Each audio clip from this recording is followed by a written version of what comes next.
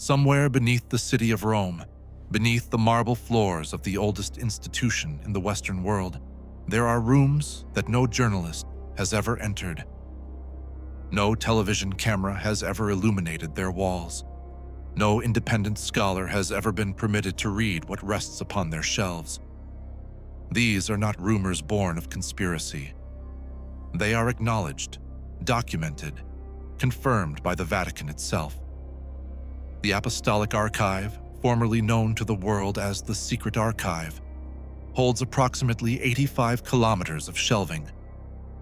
85 kilometers of bound volumes, rolled manuscripts, papal correspondence, and documents so ancient their parchment predates the church that now guards them. And within this vast climate-controlled silence, there are collections that have never been catalogued for the public. Texts that scholars have formally requested and been formally denied. Languages that predate Latin. Scripts that predate Rome herself. The question the seeker must ask is not whether these documents exist. The question is what they contain and why their contents are considered too dangerous, too destabilizing, or too sacred for the eyes of those who built the faith upon them. In the 4th century, the Emperor Theodosius declared Christianity the sole religion of the Roman Empire. In that same century, the Council of Carthage determined which texts would enter what we call the Bible and which would not. What happened to the rejected texts? Where were they gathered? Who decided they would be silenced, and by what divine authority? The seeker who asks these questions is not standing outside the faith. They are standing at its oldest and most unexamined door. Welcome to Bible Secrets, Hidden History.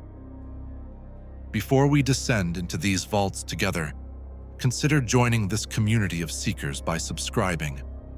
If you believe this history deserves to be preserved, that these hidden truths deserve the light, a simple like helps this work reach those who are ready to receive it. Chapter 1. The Archive that was never truly secret. The name deceived the world for centuries. For generations, historians and theologians referred to it as the Archivum Secretum Vaticanum, the Vatican's secret archive. The word secretum conjures images of deliberate concealment, of shadow councils deciding what humanity would and would not be permitted to know.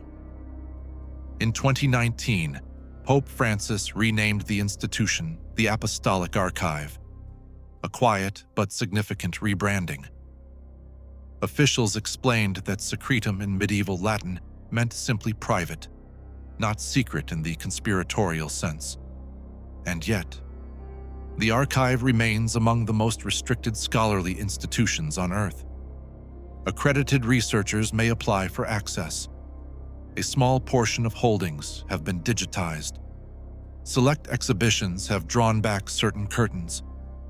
But the totality of what lies within those 85 kilometers, the full inventory of its oldest and most fragile collections, has never been made available.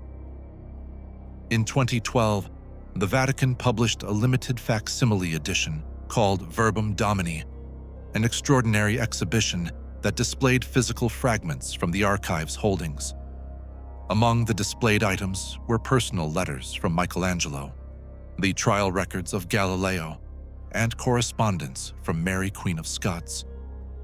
What was conspicuously absent from the exhibition were any pre-Nicene manuscripts, texts dating before the Council of Nicaea in 325 AD, despite the archive's known acquisition of such materials across centuries of papal collecting.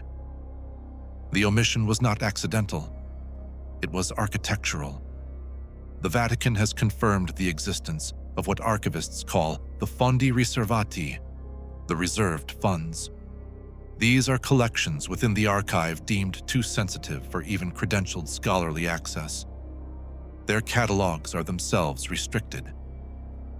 One does not simply learn what is in the reserved funds.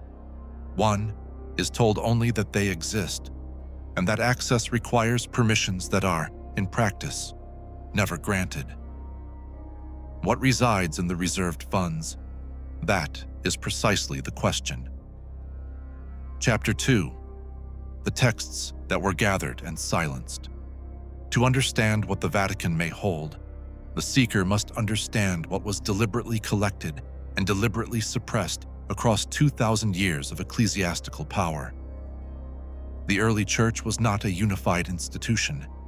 It was a constellation of competing communities, each carrying their own texts, their own oral traditions, their own understandings of who Christ was, what the apostles taught, and what the ancient Hebrew scriptures truly revealed. The process of deciding which texts were authoritative and which were heretical, a process called canonization, was violent, political, and ongoing for nearly 4 centuries. The Greek word translated as heresy in early Christian writing is heresis, which in its original usage meant simply a school of thought or a chosen position. It carried no negative connotation.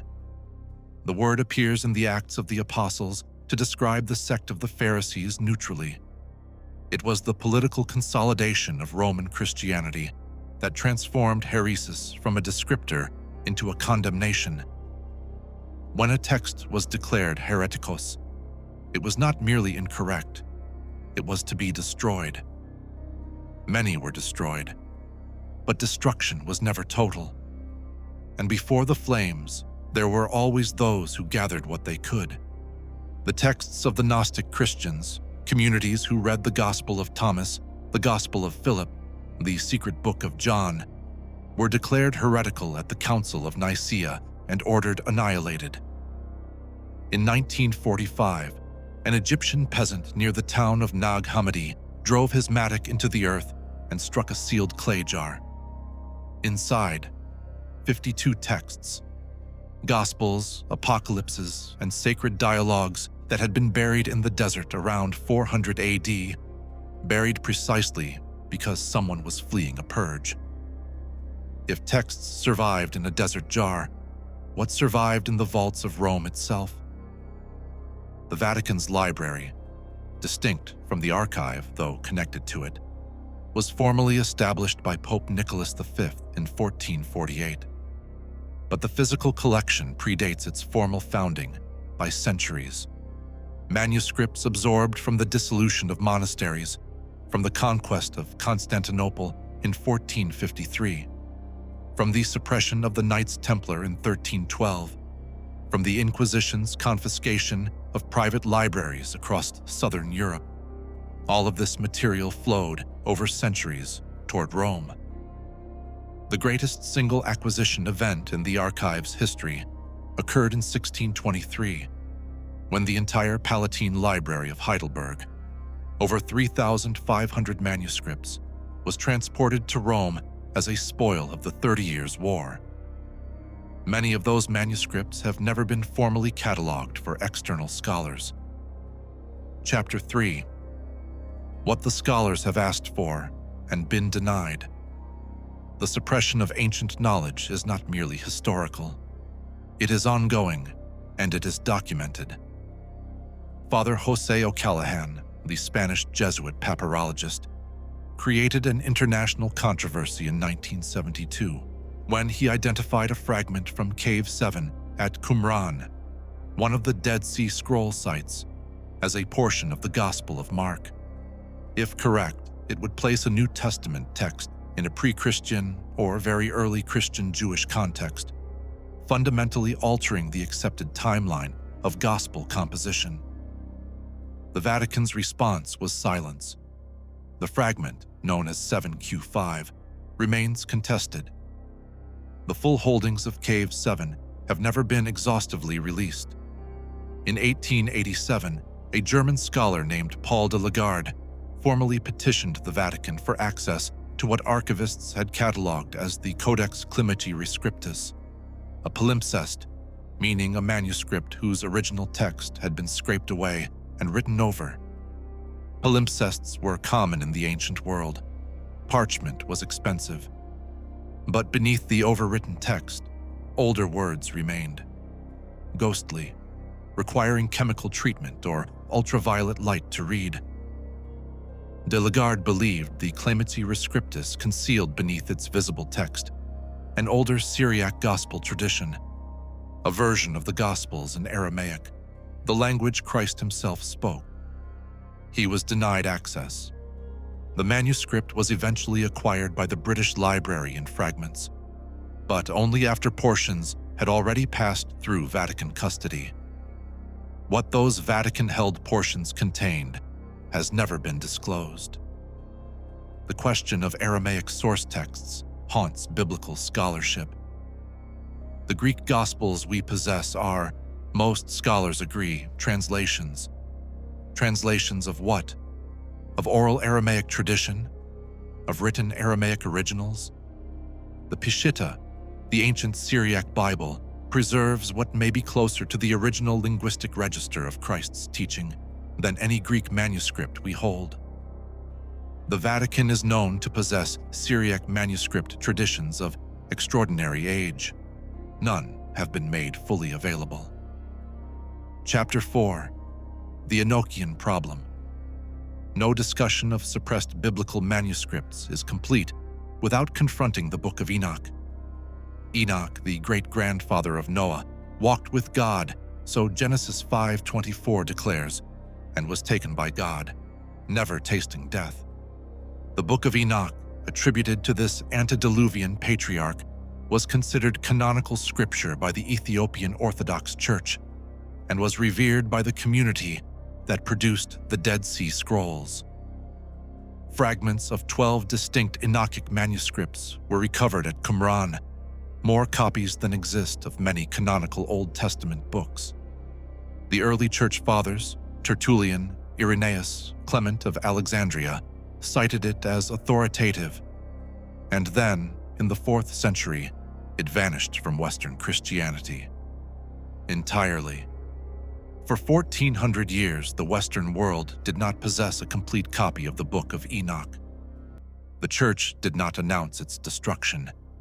It simply disappeared. The Book of Enoch, chapter 6, verses 1 through 3 reads, "And it came to pass, when the children of men had multiplied, that in those days were born unto them beautiful daughters. And the angels, the children of the heaven, saw and lusted after them, and said one to another, Come, let us choose wives from among the children of men, and beget children." This is not allegory in the Enochic tradition. It is presented as cosmological history, a genealogy of corruption that explains the origin of violence, forbidden knowledge, and the conditions that necessitated the flood. If Enoch was suppressed from the Western canon, the seeker must ask, what other cosmological histories remain suppressed? Not merely lost, but held. The Vatican has never disclosed whether it possesses pre-medieval Enochic manuscript traditions beyond what is publicly known. Given the breadth of its acquisition history, the probability is not negligible. It is, by any scholarly accounting, substantial. Conclusion: the weight of silence. There is a word in ancient Greek that does not translate cleanly into modern English. The word is apocalypsis, apocalypsis. We render it as apocalypse, and we have weaponized it into a synonym for catastrophe, for fire, and end-time destruction. But its original meaning is far simpler and far more unsettling. Apocalypsis means unveiling, the removal of a veil, the exposure of what was concealed. The Book of Revelation, the Apocalypse of John, was not named for the destruction it describes. It was named for the act of seeing clearly, of having what was hidden revealed. The seeker who stands before the question of the Vatican vaults is standing at the threshold of an unveiling that has not yet occurred. The manuscripts are there. The denials are documented. The gaps in the historical record are not accidental silences. They are architectural decisions made by men with institutional power across 2,000 years to determine what humanity would know of its own sacred past. Whether those decisions were made in faith, in genuine belief that certain knowledge was too dangerous for unguarded souls, or whether they were made in fear of what those texts would reveal about power, about authority, about the constructed nature of doctrinal certainty. That is a question the vaults alone can answer, and the vaults remain closed. What is certain is this: the story of humanity's spiritual past is larger, stranger, and more layered than any single institution's version of it. The Dead Sea Scrolls were hidden for 2,000 years and survived. The Nag Hammadi Gospels were buried in the desert and survived. Truth in the biblical tradition has always found its way through stone and silence. The seeker does not abandon the pursuit simply because the door is closed. They return to it, with knowledge, with patience, with the understanding that every vault, in time, is opened. If this investigation has moved something within you, if you believe these hidden truths deserve the light, share this with those who are ready to ask the deeper questions. And if you would walk further down this path, our next exploration ventures into the suppressed Gospels of the Apostles themselves, the texts that were read in the earliest Christian communities, and why the councils of men decided they could not be permitted to survive. The archive is vast, and we have only just begun.